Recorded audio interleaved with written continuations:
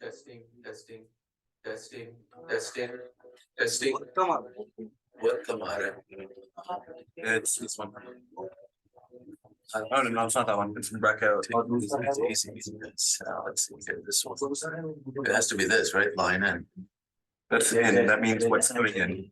How do we control bracket out? Yes. All right. I don't know. Yeah, yeah.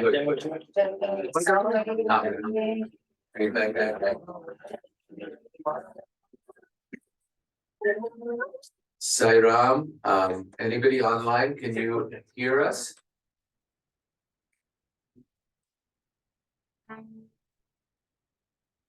Hello? Sairam Chandra, you're on mute. Can you hear us? Sairam, can you hear us? Anybody online? Can you please confirm if you can hear and see us at the Norwalk Center? Yeah, we can see you and we can hear you too. I just had some echo, but everything looks okay now. Excellent. Audio is okay, right, Sairam? Yes, Sairam, thank you. Thank you very much. We're going to have three opening prayers, three bhajans, unison, and then continue on. Please stay All on. right. Okay, thank you, Sairam. Sairam.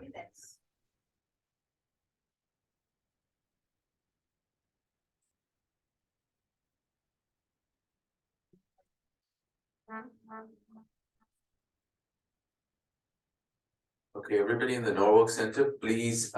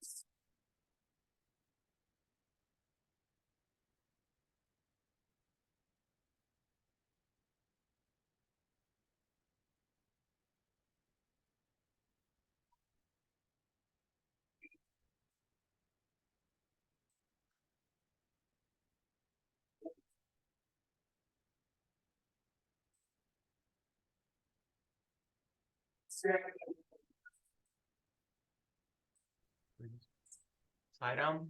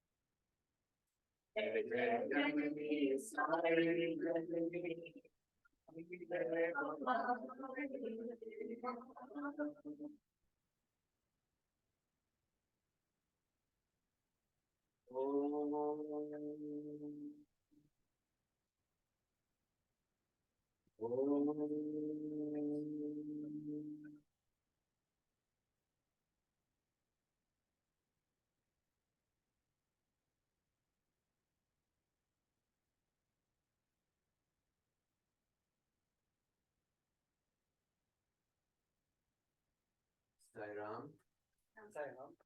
Um, can we, some folks might be having some audio issues online. Can people confirm online before we go further if you can hear and see us?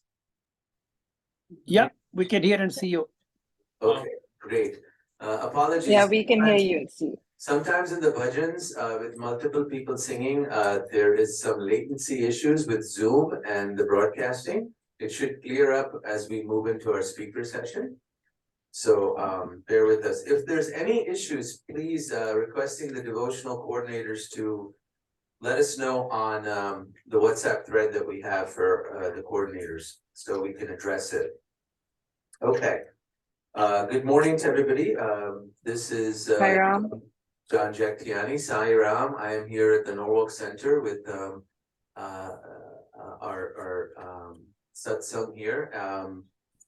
We are very looking forward to kicking off the Dhyana Vahini study. So we're going to get that squared away momentarily. Saram John, I would also like to introduce Sai Kiran, the brother Sai Kiran, who's going to be kicking off this satsang. Are you able to hear me? Yes, perfectly. Please do. We weren't sure if you're going to join, so wonderful to have you. Please go ahead. Sairam all, we are very fortunate to have Sai Kiran amongst all of us to kick off this Dhyana Vahini, especially on the first day of Navratri. Happy Navratri to everyone. A quick bio, and I would like Sai Kiran to talk a little bit about himself too, but a quick bio from whatever I know a little of Sai Kiran. Sai Kiran did his primary school at Puttaparthi. Very blessed to be in Swami's presence. His entire family is very blessed to be in Swami's presence. He's very learned in Sai scriptures, and we couldn't have found a better person to lead this satsang here today, the kickoff of Dhyana Vahini. And over to Sai Kiran. Sai Kiran, for all the devotees and members from the region on the call, it would be great if you can spend about a few minutes talking about your experience with Swami in what you did and etc. That will be very helpful. Thank you, Sairam. Sairam. Thank you, Sandriyaka, for giving me this opportunity. John Bhai here as well. It is indeed, a very fortunate occasion that it coincides with the first day of Navratri. As Sandriyaka mentioned, I have had the, I should say, good karma of having gone to and studied at Baba's Lotus Feet in Prashanti Nilayam from the age of 6. And I was there doing my primary education, as Sandriyaka mentioned. We had a history of Bhagwan having roped us into his fold in this birth. And of course, the entire family, meaning my sister and my brother, who were younger to me, had the opportunity to study at Baba's Lotus Feet. So as far as being well read in Sai scriptures, Sandrika, as you mentioned, I do not believe I am as much, but just by virtue of having lived in the Sannidhi, that is the proximity of the Lord, since that age, I think some things have been imparted and imbibed during those days, which stick with me and had become a part of our life. So, and having heard Swami innumerable number of times, and yet not being able to stand up to his expectations, I think it is still a work in progress. So what I aim to do today and what I've been tasked with, again, voluntold by Saundriyaka, of course, but directed by Swami to essentially have this opportunity of learning for myself and to share, sort of to kick off, so to speak, our endeavor to learn and read Dhyana Vahini, one of the many compilations in the Vahini series that Swami had put together very early, back in his mission, by virtue of having written, as we reviewed for Dharma Vahini, we have reviewed now we are reviewing Dhyana Vahini, but we also reviewed Vidya Vahini to begin with. So I think this sort of covers our last quarter of 2023, where we want to spend some time studying this particular Vahini, which is a compilation of small articles that Swami would write for Sanatan Sarthi, and essentially this would be published back then by N. Kasturiji, and after that, by others who led the Sanatan Sarthi series. So, with most humble and prayerful salutations at Swami's lotus feet, I dare to take the courage to just review a few aspects of Dhyana Vahini. And of course, it is going to be covered, hopefully at the other centers who are attending, but also internally at our center by various members. And we've had the opportunity to do that for Vidya Vahini as well as for Dharma Vahini. And I must say, as one of the attendees as well as potential contributors to a couple chapters in those, each chapter has been a gem in its own right, and there has been so much to learn. So without further ado, I'll just sort of move into Dhyana Vahini. So Dhyana Vahini, as far as the compilation is concerned, consists of 14 chapters that are there, and Swami has beautifully sort of taken the time and energy. He used to write this with his own hands on a pen and a paper. So in fact, after Baba took Mahasamadhi, there was so much literature that was found in Swami's quarters there that he had written poems, all of these Vahinis, his own handwritten material, which is now, of course, in the archives. What we are reading and reviewing and all of this stuff is available online. Don't have to pay a dime for it. So it is literally the path of life, and the secret to moksha, if I may, that Baba has given to each one of us. Of course, we get carried away with life, but I think this is one such moment which is a great reminder for all of us to look back, take some time from all the madness that's involved with raising young children or caring for older parents or just at your jobs and the daily rut of life. So, and I don't mean for this to be, unidirectional. So anyone at any time have any thoughts about it, please be welcome to interrupt me. This is part of my, the nature of my interaction at work as well. So we don't wait for someone to finish. We ask questions. I'm a scientist by training. I work at Regeneron, a biotech company. So I'm used to questions. I'm used to people interrupting me. So please feel free. So the first chapter Swami talks about is the power of meditation.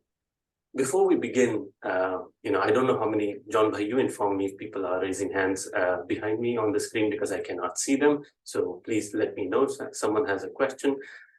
Within this room here and for everyone, online, how many of us, I'm guilty of this, so I'll admit it first, I don't get much time for meditation. How many of us take the time and find the time to meditate? Kindly raise your hands.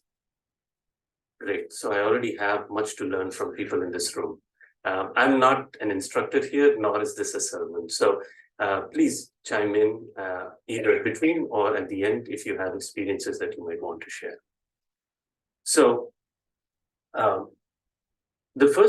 it is interesting that transitioning from Dharma Vahini, where Swami essentially elaborates on what each stage of life is and what the dharma of an individual is in each stage of life for themselves as well as for the society that they live in. He has very nicely, spent a lot of time explaining to us that. And then I felt in my reading of the Dhyana Vahini, this was really now Swami not necessarily focusing on, the day-to-day aspects, but more moving into focusing on an individual, on the Jivatma as someone who is on a journey. And it basically focuses a little bit more on the spiritual sort of journey that you're having. At the same time,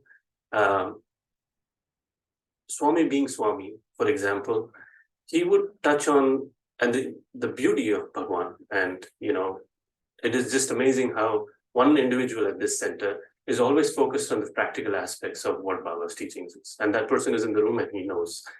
So you can see through Bhagwan's teachings, he always goes on to do what is the most simplest way that you can actually implement the teachings that he's imparting. And he starts off with the very first paragraph. He starts off with karma. None of us are free of karma, right? And he describes saying that there are two types of karmas. One is the set of karmas that are binding, and the other is the set of karmas that are liberating. So the ones that are binding, he calls them Vishaya karma, and he equates them to those that are related to I and mind. Things that are driven by ego, greed, lust, and unending desires. And they kind of, bog you down. They keep you, related to the earth, meaning they keep you in this. And one of the ways he describes it is when you are an individual and you are a sadhaka, you are having 2 feet as a bachelor, let's say. You get married, you get 4 feet. You have children, you get 6, 8, 10, or 12 feet. Then you have grandchildren, you get even more. So basically from becoming somebody who is free to walk around and potentially even jump and fly, so to speak, you start to become like a centipede, which gets like more and more, attached to things that are mundane and on this plane of existence. So you become a centipede, he says. And the other aspect is the Shreya karmas, a set of karmas that are liberating. Seva, for example, bhakti that you involve in, doing good and helping others. It need not be a part of your, a seva activity, but just in your day-to-day life, being kind, speaking politely, and just, he goes to the extent of simplifying so much that he says, just wear a smile on your face. It is a seva. So again, the uniqueness of this particular avatar has been that he has delivered the highest spiritual truths in the most practical and simplest manners. And you'll see that reflected as you read through the Dhyana, and you'll find those things reflected. Look at some of his discourses, you'll find very simple things that he sort of, picks and gives as an analogy. And I think those are the most beautiful parts of Swami's discourses and his teachings, that he makes it relatable to you. So honestly speaking, when Sandrika asked me to choose a Vahini, it was very difficult for me to choose which one to go with, because each of them is a gem. During COVID, I went back to something that I had read and, shared it with, on an online forum with most of the members who were to attend, which was the Ramkatharas Vahini and the Bhagavad Vahini. So we reviewed that every night during COVID. Now, when Sandrika offered me something like, a choice to make, I of course said, I don't know what choice. I wanted it to come from Swami. Whatever Sandrika is going to say, we'll go with it. And to my utter surprise, she gave me Dhyana Vahini. I had not read this Vahini even when I was in Puttaparthi, because for me, meditation was far-fetched. It was something that I thought I'm still not ready for it. And, I probably will not understand, everything will be a bouncer, just go above my head. But when I actually read it now, at the age of 42, I am really thinking, why didn't I read this before? And what I'm trying to urge here is anyone who has not read it, please take the time as we go through the series to read it every chapter and come in every Sunday, if possible, to involve in this particular Vahini series discussion, being that this is the last one for the year. So one of the ways that Swami says, this is often a question that comes around in study circles as to what is a binding action. We already know, right? The Vishaya Karma, but what is an action that is liberating? Something that is going to be selfless. But how do you make an action selfless? Meaning, if I'm not able to involve in any kind of seva activity, how do I, and if I'm just doing my day-to-day routine jobs, that could be as simple as providing for my spouse or for my children, how can that be can I convert that into a liberating action? Can I make that a Shreya karma? I just want to, again, pause here. I want to take anyone who wants to provide a response. How do you make your day-to-day activity a liberating action? You know that it is something that you're doing for your family, but can you actually make it a liberating action? Sorry? How do you make it Nishkama karma? Very good. So not Is the mic. exactly. So not expecting or not looking for what am I going to gain from this particular action makes it a liberating action. anyone else wants to provide, there's another method by which you can make every act of yours, even it may seem selfish in your lens. How can you make it a liberating? Everybody you come in contact and serve, whether it's your job, your responsibility as a family member, you see Swami in them and you look out what's best for them. Beautiful. It's a great one, and both of these are sometimes difficult. Sometimes I have been in a state of mind, and I guess maybe some of the parents here would share that, where it is really difficult for me to do something for my child and not expect something back. I don't expect it materially, but I do expect something that is not tangible, and I expect something back. Can you stick to that? Can you actually do it? And the other point, sorry, I don't know who made that point, but great point. How is it possible for us to actually see Swami in everyone that we interact with? Somebody who's really driving you crazy on the road, how is it possible for you to think that there is Swami in this and this person is driving like a totally gone case, right? So that those are the right formulae, but hard or a little bit challenging to implement, right? It's a great one. I didn't think of the second one that you said when I was thinking of my answer. So I will still say there's one more way to do it. How can you make every act of yours that may seem selfish to yourself, selfless, or not be bound? So, you can't see Swami in others if you can't see Swami in yourself. So the binding action comes because of the false notion of the I.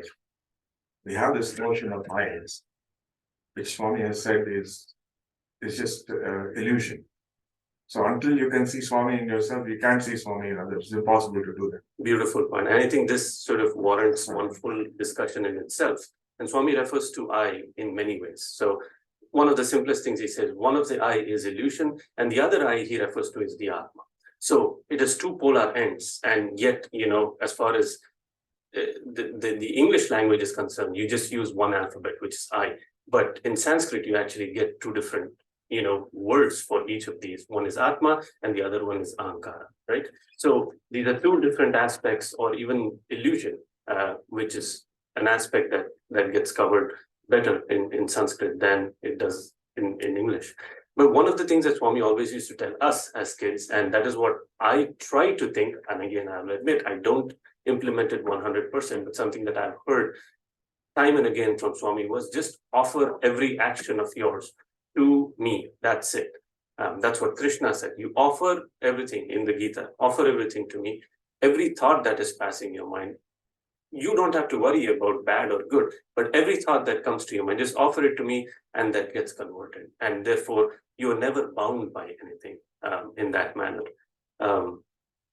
So it also goes back to, just briefly for the sake of mention, the whole idea of, how Ratnakara was turned into Valmiki, right? The whole aspect of Maram, Maram, Maram, Maram, Maram, Maram, Maram become Ram, right? So one of the things after Swami talks about actions is also, he very nicely, transitions into saying that it is important for, as far as meditation is concerned, to tame, the mind and the intelligence. So the two things. One of the questions that one of the members asked last time when we were talking about the enigma of the elephant and the mouse in the last study circle, there are three different aspects here. One is the antakarna, which is the inner consciousness, and Swami says that antakarna cannot move around by itself, and it has two bullocks. Antakarna is like the cart in which the Atma is residing, and it has to move around with the help of two bullocks, and those two bullocks are the buddhi and the manas. So buddhi, the intellect, and manas, the mind. And the mind is the one that is most fickle. And the intellect has to basically inform the mind and sort of, that way lead it or train it in the manner such that it can actually allow itself and you to meditate. So in the first chapter, Swami talks about, very briefly mentioned, and he goes on to sort of, talk about a whole chapter, actually 2 chapters that are dedicated to one-pointedness and concentration. And he clearly defines as concentration to be something that you need. He said this in one of his discourses. If I am to read this pamphlet that's sitting on my desk right now, I need my eyes to see this. I need my hands to pick it up and look at it. I need my mind to actually make sense out of what I'm reading. So there are 3 different senses that are being focused, and all of these need to work in a manner such that I can actually make something out of it. So he said, I have to leave out everything else and focus my eyes on this particular program that's written so that I can read it. If someone has to drive, you need one-pointedness, you need concentration. So you have to cut out the noise and focus, and that's what leads to a point where you are able to meditate. Towards the end of this chapter, Swami, the first chapter, he talks about how to meditate. And I remember asking, I never heard Swami speak directly on how to meditate. And I was, again, the reason I'm reading it at 42 and wondering, why didn't I read this before, is, I was probably moving around rudderlessly in a way, in terms of any effort that I could make towards meditation. And I think most of us potentially could be in that boat, except for some of you who are able to take the time and know how to meditate. So one of the things I quickly will read from the first chapter, he says, plunge the wayward mind, which is fleeing in all directions in contemplation of the name of the Lord. The effect will be like concentrating the rays of the sun through a piece of magnifying glass. The scattered rays develop the power of a flame to burn and consume. So too, when the waves of intellect and the feelings of the mind, he's referring to the waves of intellect, buddhi, functioning, and the feelings of the mind, that is the manas, get one-pointedness through the converging lens of the Atma. They manifest as a universal divine splendor that can scorch evil and illumine joy. A beautiful analogy here, again, going from something that's, that he's informing of the tools that you need to use so that you can actually reach that state where you can, experience the Atmic principle. And one of the things that I've always said, and I've always felt in my time spending with the avatar, is unlike, all the highest of philosophies that are available, 2 things define Swami, at least for me. One is prema, love, and the other is bhakti. He has always been, he has said the easiest way for you to win the Lord and to know all the truth that there is by virtue of cultivating love for God and love for your fellow beings, which comes automatically if you were to go along that path of developing love for God, because then you start seeing what some of you mentioned about potentially knowing how to visualize the Lord and the same Atma in everyone. Again, a high task to live by. And the second aspect that he spoke about is bhakti. And in bhakti, Swami has always said, the easiest way in Kali Yuga, the easiest way, and I love this, there are times when I'm sure all of you feel like that, and you just want to sing the name of the Lord. And the best way to do it, he says, is namasmarna. Just repeat the name of the Lord. So bhakti and love are the 2 things that you need. So in this particular chapter, in the very first chapter, and he talks more about it later, he speaks about the value of chanting the divine name and meditation. So very interestingly, Swami goes into, sort of teaching how you can meditate with the help of the name of the Lord and visualizing the form of the Lord. And in the end, I'll just read this out because I really don't want to dilute it with my interpretation of what I gathered from reading this. So it's best, I think, especially in the context of the Vahinis, that we actually read or listen to what Swami said.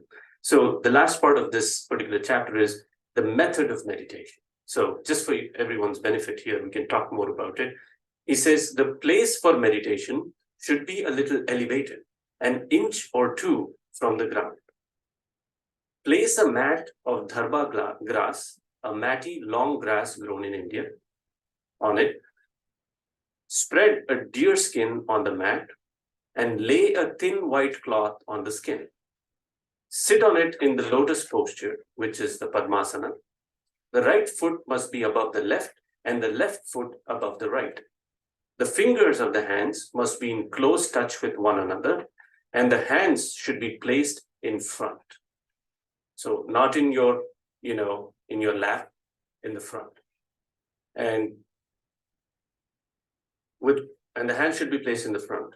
The eyes must be either half open or half closed. So not fully closed, not fully open. Then, by means of mental massage, relax the neck, shoulders, hands, chest, teeth, stomach, fingers, back thighs, knees, calves, and feet. After this, one has to meditate on one's own favorite name and form, with Om added. When this is being done, there should be no mental wanderings. One must be stable and quiet. No thought of past events, no trace of anger or hatred, and no memory of sorrow should be allowed to interfere. Even if they intrude, they should not be considered at all. To counteract them, certain thoughts that will feed one's enthusiasm for meditation. Of course, this may appear difficult at first. And now the last part. The best time for meditation is the quiet hours before dawn, between 3 and 5 a.m. One can awake, say at 4 a.m. First of all, sleep has to be subdued. This is very necessary. In order to keep the hours unchanged, one may set the alarm clock for 4 a.m. and rise. Even then, if sleep continues to bother, its effect, and this is the practical aspect of the avatar, it gives you methods to actually implement. Even if sleep continues to bother, its effect can be overcome by means of a bath in cold water. Not that it is essential to bathe, it is needed only when sleep gives much trouble. If in this manner the path of meditation or dhyana is rigorously followed, it is possible for one to win the grace of the Lord very quickly. So this is verbatim what is written in Dhyana Vahini, just for everyone's benefit. Yes.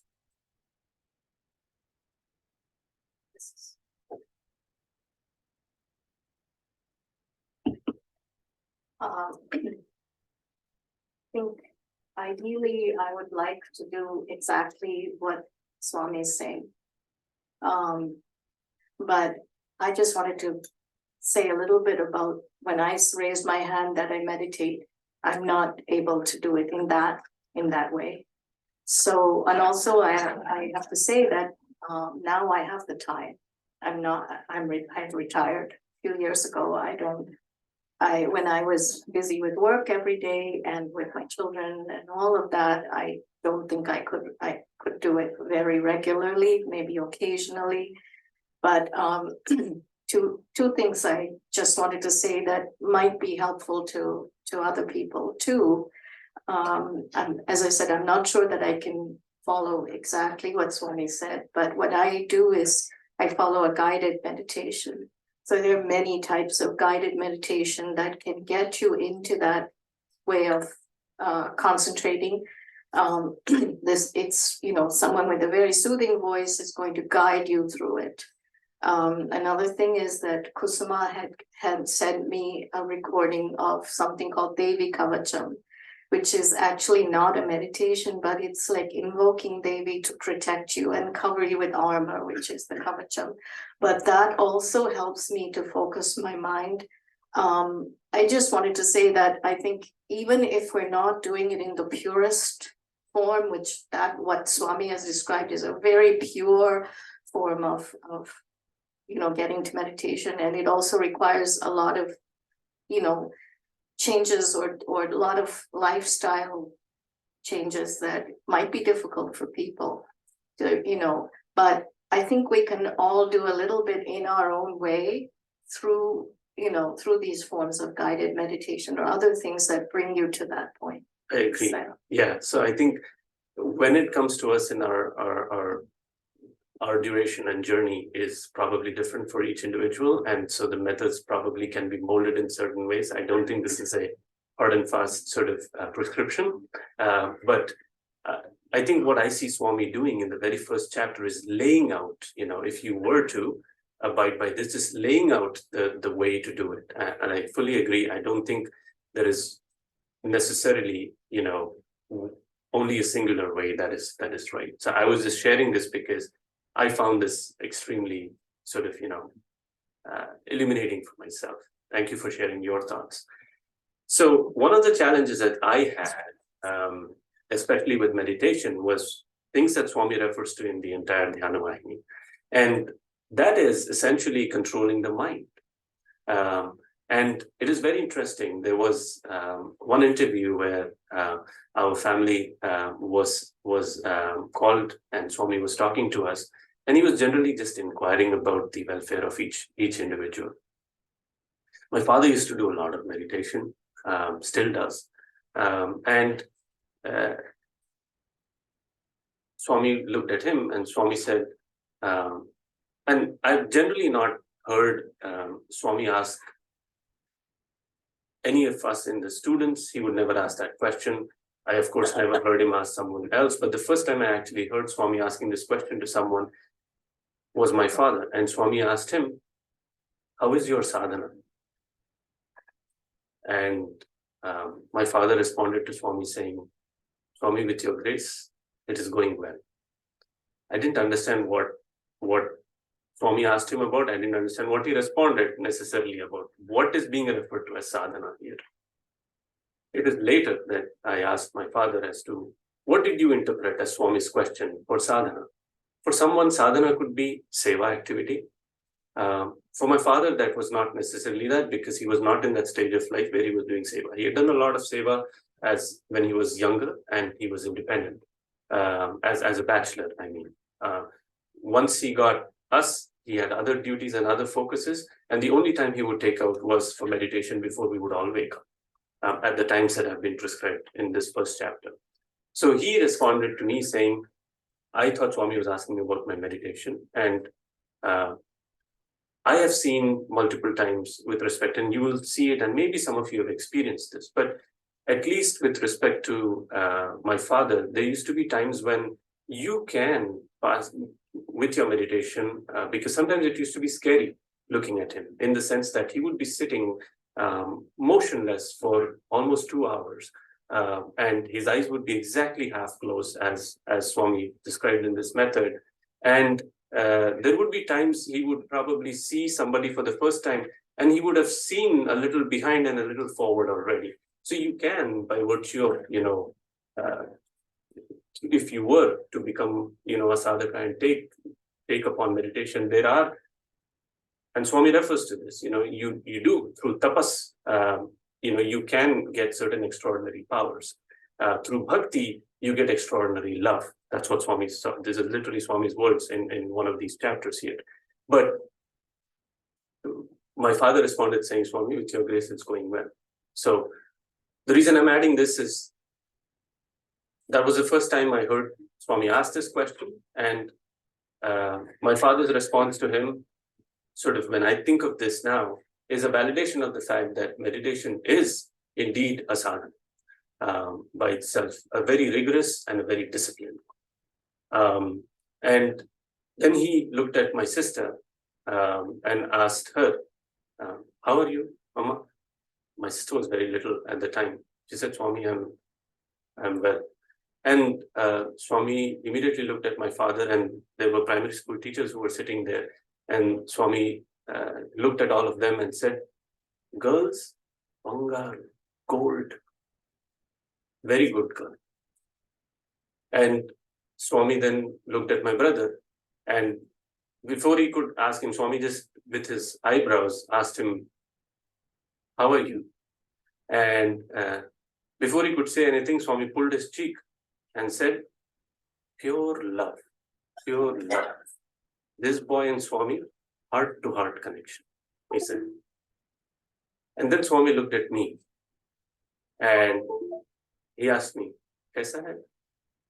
And I was in grade 8. So, still a teenager.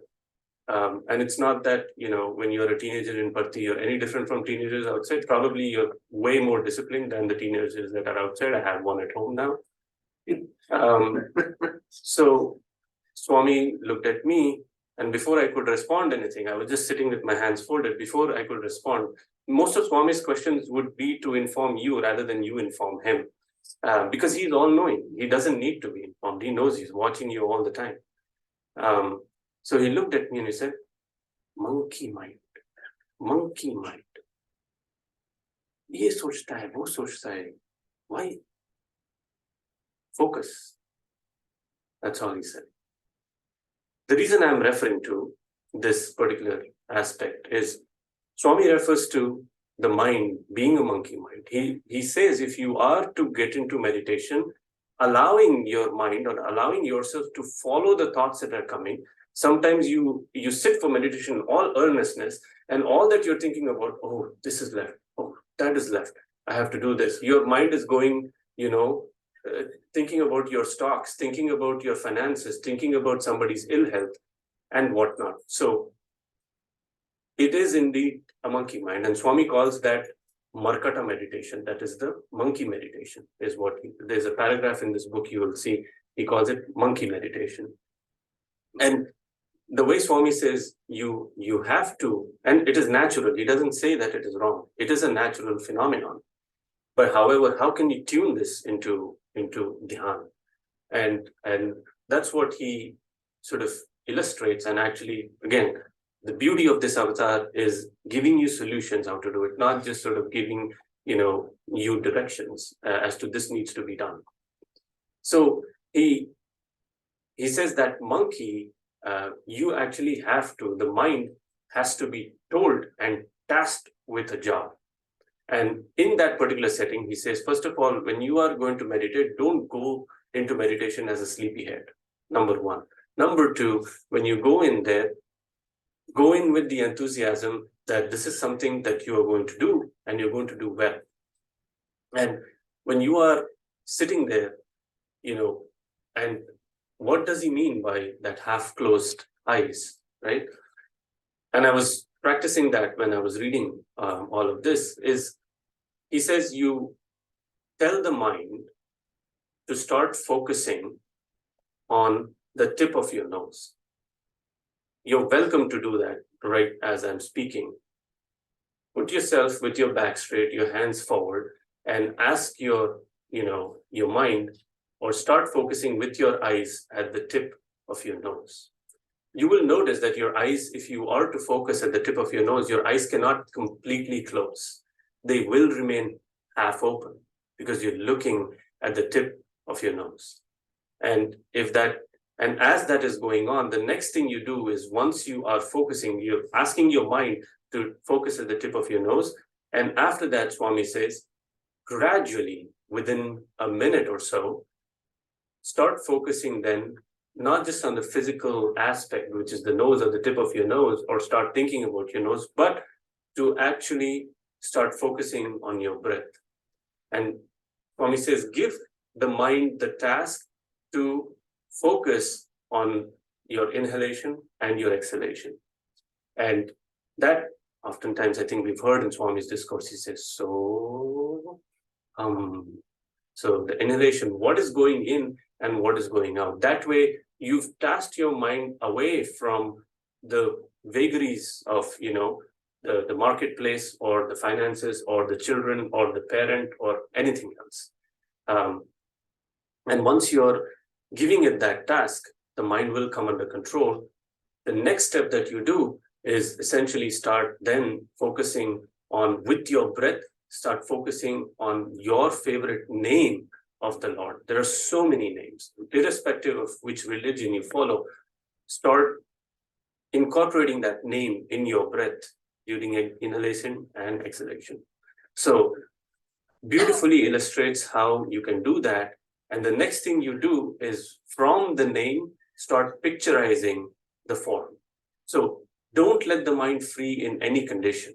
So he says the mind is like, not only does he call it a monkey, he also refers to it as, a child. As long as the child knows that the mother is following it, it'll keep running. And it knows that the mother is coming. Swami says, you being the mother, you being the master or the intellect, the buddhi, don't follow it for too long. Don't go behind it. Instead, trace your steps back and wait. Give it the task. It is going to come back to you. The moment the child feels that I am alone, where is mom? It's going to run back to the mom. So those are the kind of aspects, very, very practical, that I think we learned as children in school. I'm guilty of the fact that I never practiced it enough.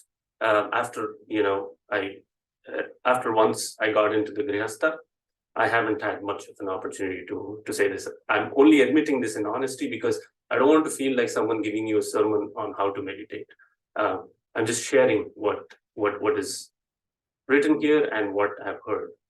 One of the things that I felt was extremely beneficial to us as children that we learned in Parthi was the aspect of Jyoti meditation. You referred to as, with the Kavacham or listening to something so that you're able to focus.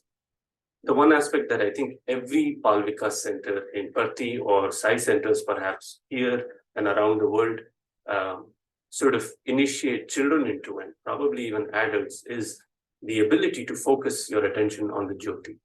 And Swami has spoken beautifully about how to do Jyoti meditation as one of the first and most simplest way to initiate yourself into focusing your attention and, starting to meditate, spend some time. And very beautifully, I just have a few notes that I'm looking at here.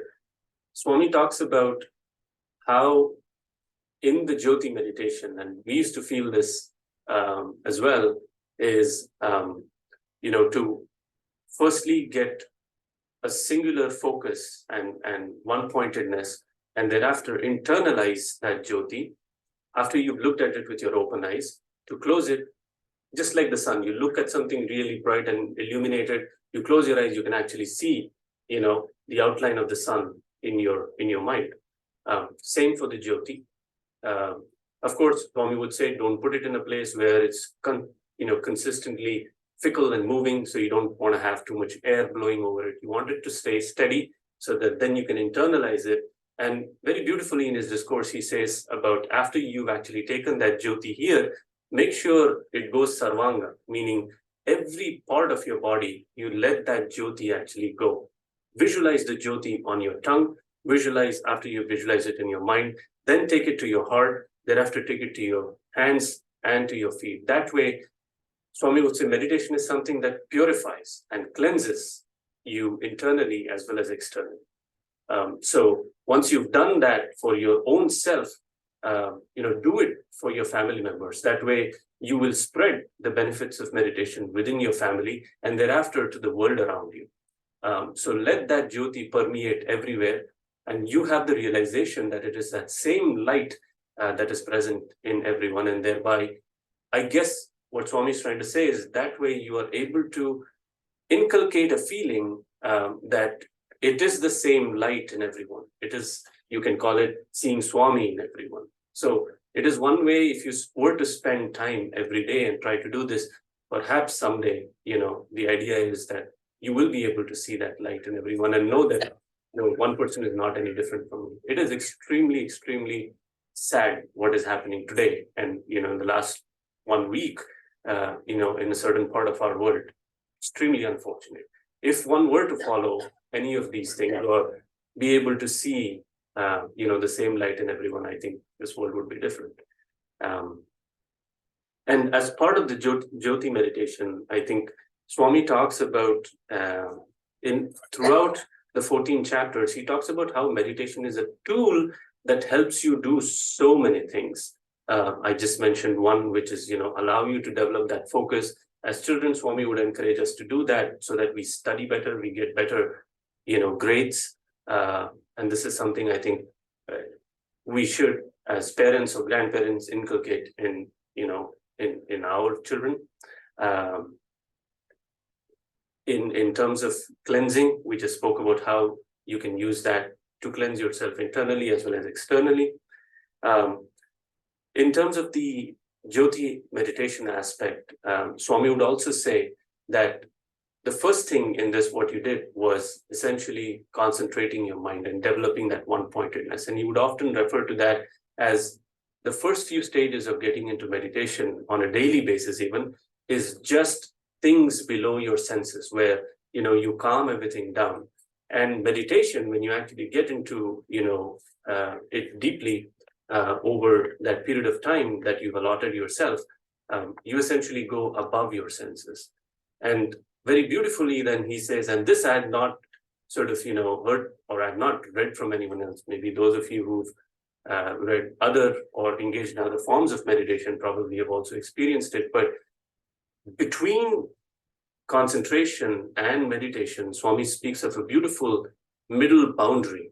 I probably will throw this question to anyone who does meditation on a daily basis. What is that middle boundary, if you have experience? Anyone online? That's space, that, yeah.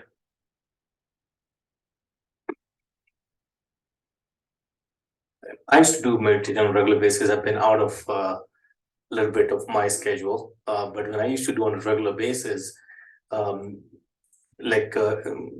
sister said that the Jyoti meditation and the guided meditation used to help me to really calm myself. And what happened, like you said, the mind is the monkey mind. You're getting all these thoughts. How you can bring that space where you can really dumping all the stuff coming into your mind on one side, and you can feel that vacuum, that no thoughts of coming into your mind. And that's what you're going to start seeing, that peace and the bliss. That is very, it happens quickly and it goes away. So that's the skill sets we need to, personally, I feel that I need to develop that focus to bring that space where you are really bringing that nothing is coming in between. You're seeing that purity of mind where the thoughts, you're really shutting down all parts of the world. And then you're going to start seeing the Swami within you. Because we all have Swami, we know that, right? But we're not able to really see it within ourselves because it's so much stuff going on, right? So meditation helps you to really shut down all the parts of the stuff happening around your world and really focus within, slowly go within you and then focus your mind. And like I said, it's very quick, comes and goes. So that even if you get a few seconds of that moment, that experience can help you to expand on that. Thank you. I just want to share one more thing. I am a regular meditation practitioner for several years. So few things I follow is first thing, like when you wake up, you drink warm water with some honey and lemon. That will clear up your thing. And second thing is meditation is effortless. Like there is no, if you are doing effort in meditation, then it's not called meditation. So before going to meditation, we should just think like, I want nothing, I do nothing, I am nothing. And after that, you just like you mentioned, right? You bring up something in you, like some word like Om or something. So that will calm your mind and listen to surroundings like breath, focus. You don't focus or do anything. Like meditation is effortless. If you are thinking about something, then it is not a meditation. Great. No, it's a wonderful. Yeah. And that's Yeah. And second thing is like what I recommend is doing twice a day, like in the morning and in the evening. That helps. That is more powerful. I don't do personally twice, but it is recommended to do twice. Like at least maybe 20 minutes span is good in my view. Like it shouldn't go too much time. or too less time. I mean, Great. I just want to share that. Yeah. Thank you. Thank you for sharing those thoughts. So yes, clearly what you're saying is true. What Sandeep Bhai said is also true. So there are two phases Swami is differentiating about. One is concentration and the other is meditation. So the portion that is below the senses, that is you're getting into the phase where you can actually start to meditate. So you haven't yet, you don't hit, unless you are, somebody who's been doing this for, a really long time, you don't go into the meditative phase right away. But for many yogis, it is instantaneous. It can happen without an effort, in terms of without them even, they can be walking and get meditate, and they can transcend. So in terms of what Swami is referring to is a third phase that is in between just the concentration phase and the meditation phase. And Swami beautifully calls this as contemplation. So there is concentration, contemplation, and meditation, he says, and very beautifully describes this also with an analogy where he says that contemplation phase is where you start the nama and the rupa. So you concentrate first to basically shut out everything else. The contemplation phase is where you utilize the opportunity that you've had to know a name and basically incorporate that name and then visualize the form that you have in mind. And Swami often says, don't keep changing that. Don't say, today I feel like Krishna, tomorrow I feel like Shiva, day after tomorrow I feel like Rama. No, have a fixed form if you were to choose a form and stick with that form, because you don't want to add variables in that equation. So that part becomes the contemplation. Then you transcend into the meditative phase, which both, our participants refer to. And Swami beautifully then also equates this to saying that the concentration phase is the phase that he equates philosophically to the idea of the one you think you are. Then he says contemplation is the one others think you are. And then he says the meditative phase is the phase, the one you truly are. So he brings out, that three-step sort of progression in the formulation leading from concentration to meditation. And then after that, there are several chapters that Swami speaks about various aspects. He says to do meditation, it's not just an internal process. You are not going to be a completely different individual when you sit in your altar to do meditation and be a totally different person when you're outside. So he says you cannot achieve, and you cannot engage in meditation if your achara, that is your behavior outside of that altar or outside of the meditative phase, is completely a polar opposite or mixed with a lot of other junk that doesn't have to be there. So he says it is important to cleanse yourself externally before you can start going into the meditative phase. So he says develop good qualities. That you'll see some of the chapters that literally have that as the title, and I think over the period of the next few months, each of us will sort of have the opportunity to look into this and talk more about it in our study circle. So he says the single fruit of repetition of divine names and meditation is this: the conversion of the out-faced into the in-faced, the turning inward of one's eye, the inward eye seeing the reality of Atmic bliss. For this transformation, one has to be always active and hopeful, regardless of the time taken and the difficulties encountered. One should not count the cost, the time, or the trouble, saying, don't start to make some, quantitative measurements about the time you've spent or what should I have gained at the end of this. Saram. Saram, we have a hand raised. Sandra, you have your hand raised. Want to say something? Yeah, sure. I did want to share this. This is something like, when I was a Balvika student, my guru had taught us, because at that time we were all like, getting into this teenage years where we were all focusing on, hey, we want to be stronger, we wanted to have a good core, etc. Where then she said, like, when you kind of do this, the breath meditation, right? Like when you're following the breath, it helps with your abdomen, you can get a good core. That's what, she used to say, this is very good. You'll get a good core because you'll have flat abs, because when you're like trying to meditate, when you're doing this, following the breath meditation. And then she slowly added this practice. But when you start actually getting into the real meditation, when you follow the breath, when you go into the advanced level, it's going to make you much more stronger in your real core, which is inside your heart. So it was a very nice way of my guru had, like, was able to kind of get the teenagers in to kind of say, hey, who are fitness enthusiasts, to say, hey, you can develop good abs. At the same time, your core is also a real core, which is inside your heart. You'll make it stronger. So that kind of like almost stuck with me for a long time on this whole following the breath and the meditation.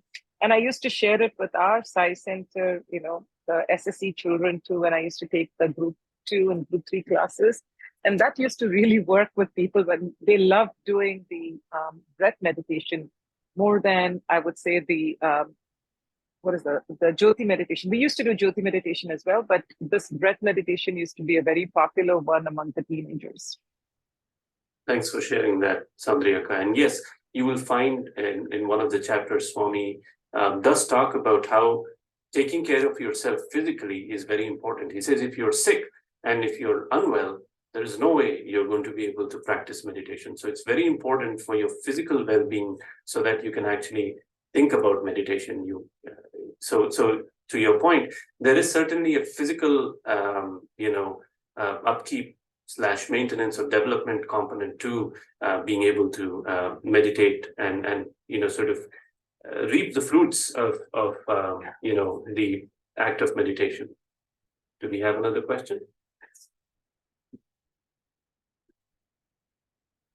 Is there someone else? No, I was just checking if we are good. Okay, great. Oh, I'm sorry. It took me a while to unmute. Not so much a question, but an observation. I've had instances, I'm ashamed to say I don't meditate as much as I should, but I have had occasions where the meditation or the cessation of thoughts actually came upon me. And usually it was out in nature. If I had been walking and breathing properly and hiking for a while, everything would slow down and the monkey mind would cease. Another time, I was in a Catholic church, and the Catholics believe that the communion is the actual presence of the Lord Jesus. So they had a little chapel where you could go in and meditate before they put the communion in a display. And I sat there and I went into a state of thoughtlessness. Not thoughtlessness in the world way, but no mind or anything. So it was divine intervention. And then I had a friend who he was in a cab. He was going to Tiruvannamalai, and about a mile within, his mind stopped, and the cab driver turned to him and he said, "I know what's happening to you. Now you see the effects of this place."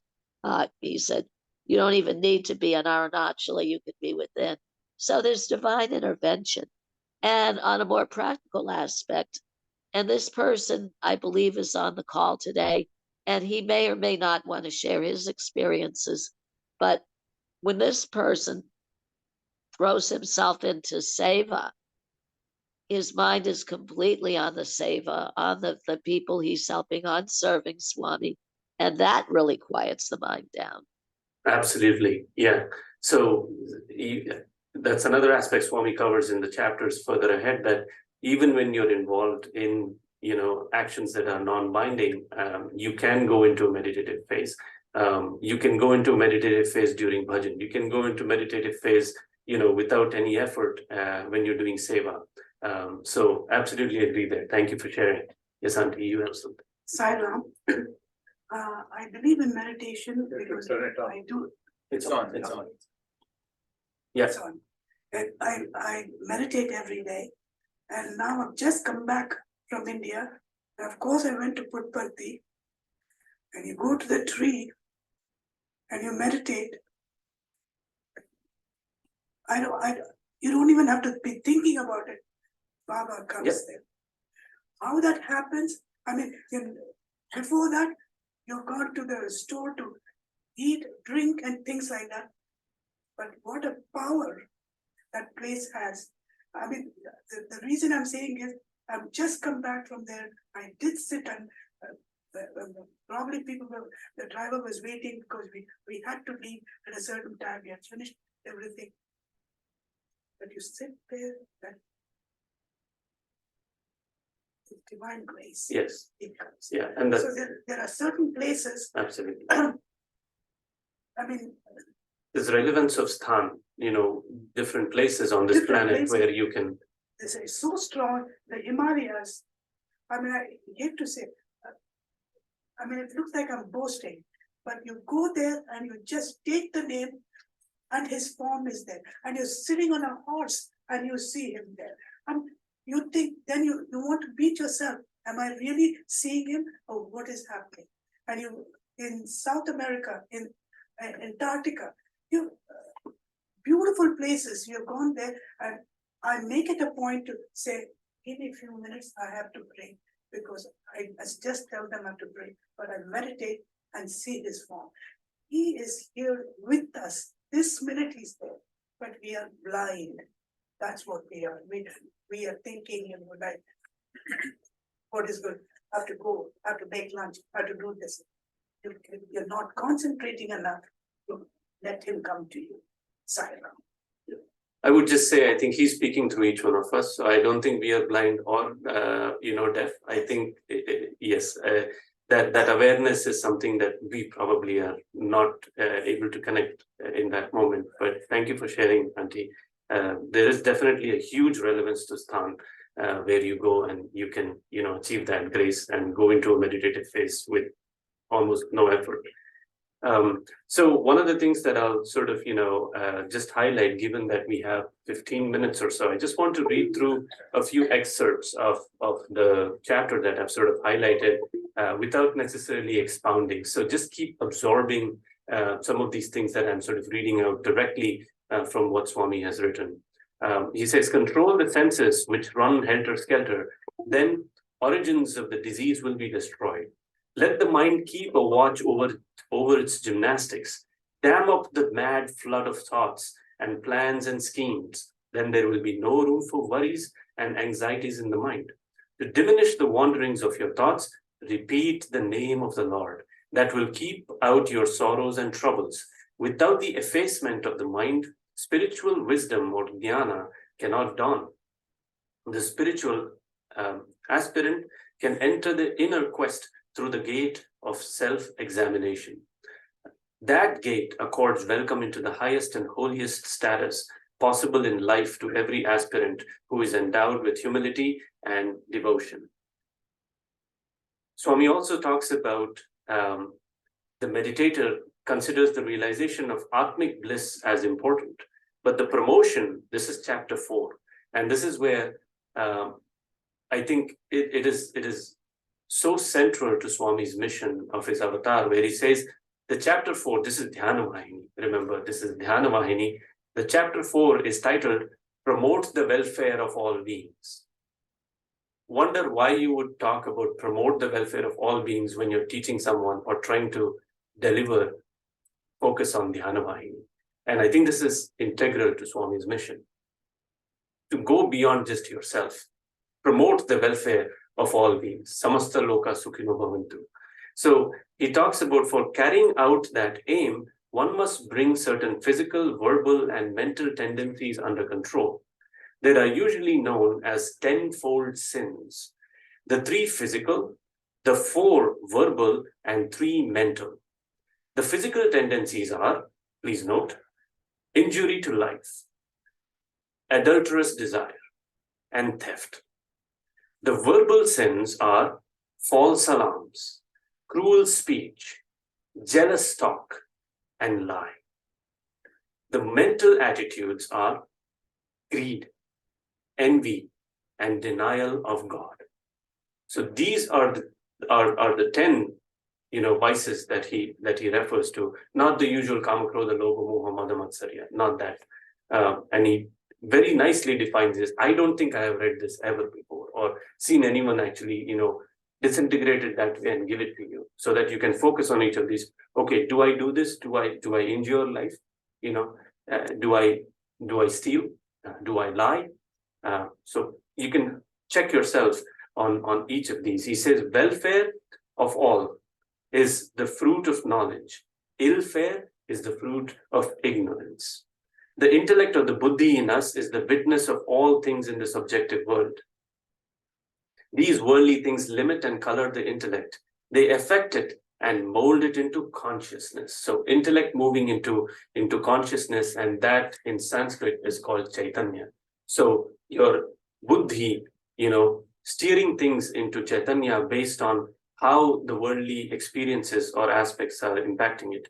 Illusion, which Sir represented before, Maya, is only the intellect as affected by everything, as warped and twisted by the impressions of everything around you. Therefore, the spiritual consciousness that is unaffected by illusion, upon which the world has failed to produce any impression, is Ishvara. So that Shiva, that Ishvara, is somebody who is not influenced by any of these, things that are going. He's beyond just even Chaitanya. Therefore, the person who is striving to reach the stage of the Lord or the stage of Ishvara must be unaffected by illusion, unimpressed by the world. How can one remain so unaffected? And Swami says, through analysis, fearless inquiry, and pure reason. To acquire this analytical reason, which he refers to as Viveka, sharing in the task of promoting the welfare of every being in nature is essential. And Swami comes back to what is, again, central to his mission, which is Seva, and promote the welfare of everyone. You don't have to be involved in any kind of necessary activity, with a group or anything, but everyone that, or anyone that you can help, could be one individual, is good enough. And then Swami, in this particular chapter, talks about develop good qualities, before you can reach to a stage where you become nirguna, or absence of qualities. So you first develop, you meditate, and then through that cleansing process, ultimately become beyond just the qualities. And he says, you can see that the path of achieving the absence of qualities is strewn with dangers. One cannot exist without activity. So one must, of necessity, act through good qualities. One must put down all desires and become free. The mind filled with good qualities will help in this process, for it will bear others' prosperity gladly. So you'll not be jealous if someone prospers, because you, in your heart, want everyone to succeed. You want everyone to be happy. You want everyone to be prosperous. And you will pardon more easily. So you will not suffer by virtue of carrying a load in your heart. It will not incline towards the false. It will be on the alert to speak the truth. It will remain unruffled by lust, greed, anger, and conceit. And then Swami, very nicely through the rest of Dhyana Vahini, talks about various aspects about even knowing where you've come from and who you are, and not being attached to your kith and kin even. And he says, love a person as a person, love a thing as a thing, but don't get too attached to it. Don't become that centipede. And it is integral to getting into a phase where you are on your spiritual journey. And you have to remember that you're a sadhaka. He talks about it as, you being a traveler who is in a body, and that body is basically just a caravanserai. It is not something that's going to last with you. And I know we've heard this many a times, but I think that opportunity to meditate on a daily or weekly basis and remind yourself of that, I think is critical to proceed on your journey. A couple other things that I sort of briefly wanted to refer to. Swami says a good character is essential for the realization of the Atma. In other words, all evil propensities have to be uprooted. Just as the army becomes dispirited and surrenders when the commander falls, so the army of evil qualities will surrender its arms as soon as ego is destroyed. He says you have to, first thing do is destroy your ego. And then he says, overcome anger, because he says anger is that field in which seeds driven by all that is, earthly, just prospers, and it just becomes a jungle for you to wade through, and very difficult, something that you could get lost in. There is a portion in chapter 5 that he talks about as the 8 gates. And he says here, I'll just read it out for everyone. Of these 8 gates, the destruction of the modifications and agitations of the mind is the prerequisite for getting an audience with that ruler. And he refers to that ruler as the Atma. He says the ruler makes these rules, but the Atma is beyond all of those rules. He says his reception has 8 gates. So the first gate Swami referred to was self-examination before you get into the meditative process. But here he's referring specifically to 8 gates that which one has to pass for the audience with the Atma, the divine. First one is control of the inner senses. And this, when he says this in the discourse, and oftentimes Anil Kumar sir would struggle to translate this, but I'll just read it here. It's very nicely laid out. The 8 gates in Sanskrit are Yama, Niyama, Asana, Pranayama, Pratyahara, Dharana, Dhyana, and Samadhi. So each one of them, Yama is control of the inner senses, Niyama is control of the outer senses, Asana is posture, sitting posture, Pranayama, all of you know, breath control, Pratyahara is mind control, Dharana is concentration or one-pointedness, Dhyana is meditation, and Samadhi is super consciousness. So Swami says, Dhyana, the meditation, is the 7th gate before the 8th gate of super consciousness through which one has to pass through before you have the realization of the Atma and you get audience with the Atmic principle. And he says, when you get past Dhyana and you are in, Samadhi, that is the phase when you and the Supreme are one. And then he talks about wish and will and how things are different and how people misunderstand or misinterpret wish and will. When we talk about will, I'm referring again to something that was mentioned in the enigma of the mouse and the elephant. That will is, the only will that you're talking about. There is nothing that is, all the other aspects are below the senses. So just as sort of a summary here, in the last 5 minutes, Swami talks about how meditation reveals the eternal and the non-eternal and why the name is important. Some of the things that stuck with me was the importance of names. Someone might think, if I have wiped out all the vagaries of the mind, why am I asking the mind to go into seeking a name and then seeking a form? Why can't I go into a blank space, so to speak, where I'm just existing in the ether, or just having some sort of a transcendental experience? I don't know what that transcendental experience is, right? But you can enjoy the name and the form of the Lord. He says, when you think of a mango, the only thing that comes to your mind is the sweetness associated with the mango. So you have to know the name of that fruit, that this is a mango, right? So that you can enjoy, the sweetness associated with the mango. You may not go into the form, he says, and it's not important to know the form, because with the form comes the attributes, some of the other attributes of the form. But sometimes just the name is enough, just chanting that name is critical.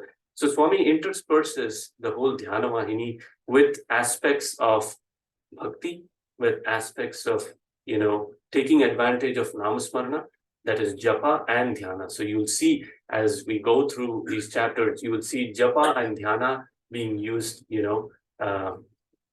consistently with one another. And he says that, in tapas, many times you can have pitfalls, but with japa, with namasmarana, you have no pitfalls. And you're constantly engaged in it. He also says one of the important things, and I'll end with this, that, we are all actors on this stage, things that are eternal and, ephemeral. You have, each one of us has roles to play. Someone is a cop, someone is a scientist, someone is a businessman. So the important thing he says that meditation allows you to do is you are on that stage, and behind that stage is Baba, is the Lord sitting. He's the director, and he's giving you cues throughout your life, what to do, what not to do. Sometimes he will put you in a situation on the spot, on that stage, and you might feel embarrassed, but he says, you have to look back at the director to know what your next step is. So he says, meditation is that tool which allows you to say and do what the director has asked you to do. But for that, you have to have an eye on the director. And that director is sitting behind that veil of Maya. So meditation is that tool that will allow you to look through or look past that veil to see what this director is asking you to do. And he says this, you don't necessarily have to have a recipe in hand, but just have that inclination and know that he is there, so that he can guide you. And that comes as part of your cutting out all the other noise that is there and focusing your attention on that director so that he can lead you through, the life. And with respect to the body, he says it is like you need this body as a tool, as a boat that is going to take you from one side of the, the ocean or the river to the other side. And that's where it's important to be physically well, so that you can actually meditate, so that you can actually take advantages of these tools in your journey as a sadhaka. So with due respect to the time that we have here, I'll pause. We of course are going to have 3 months to talk about each of these aspects that are listed in the Dhyana Vahini. And I think the key aspects are what I sort of wanted to share with all of you in the meditative process. And I also find it really fascinating that Swami has called each of these as Vahinis. People have other interpretations of what Vahini, probably means. To me, each of these is actually a toolbox, for us as spiritual aspirants, as individuals leading our lives, to make use of these guidelines and, practice them as much as we can, when we can, so that we can just, continue to prolong, our persistence rather than getting, stuck somewhere and merge with the Lord when the time comes. So with that, thank you all for your kind attention, for your involvement. And I'm really looking forward to spending the next few months on each of these study circles. Thank you so much. Thanks a lot, Sai Kiran. Really appreciate taking us through the chapters as to what we need to focus on, what we need to internalize. I would urge all the members in the region and all the centers to really jump into Dhyana Vahini, take chapters, maybe like 1 or 2 chapters every Sunday, like, get people to sign up for the chapters and learn about them, come back and share your inputs with the rest of the members, and so that each of us can learn from one another. And hopefully by the end of the year, we really feel like, we've internalized what Swami has taught us in Dhyana Vahini, and maybe we all start, meditating in short spans of time, like not maybe an hour, like Sai Kiran's father, an hour or 2 hours, but at least, 15 to 20 minutes, like what Anand had suggested. So looking forward to this beautiful journey with all of you, Sai Ram. Thank you again, Sai Kiran, for a beautiful satsang kickoff. Om Jai Jagadish Hare Swami Satya Sai Hare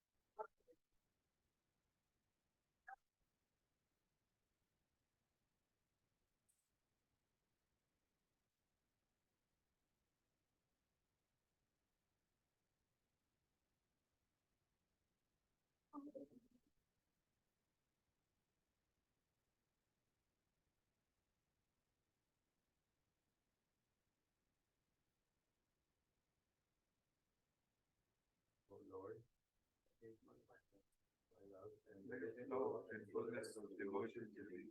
O Lord, take my hands and let them work incessantly with thee. O Lord, take my soul and let it be merged with one with thee. O Lord, take my mind and thoughts and let it be unleashed with thee.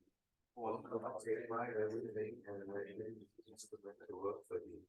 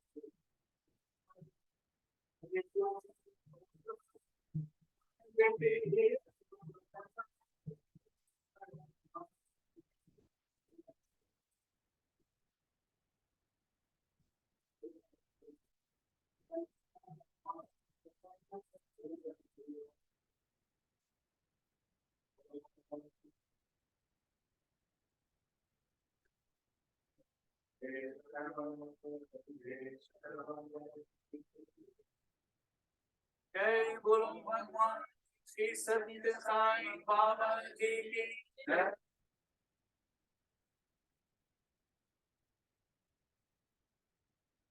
You, Sarah.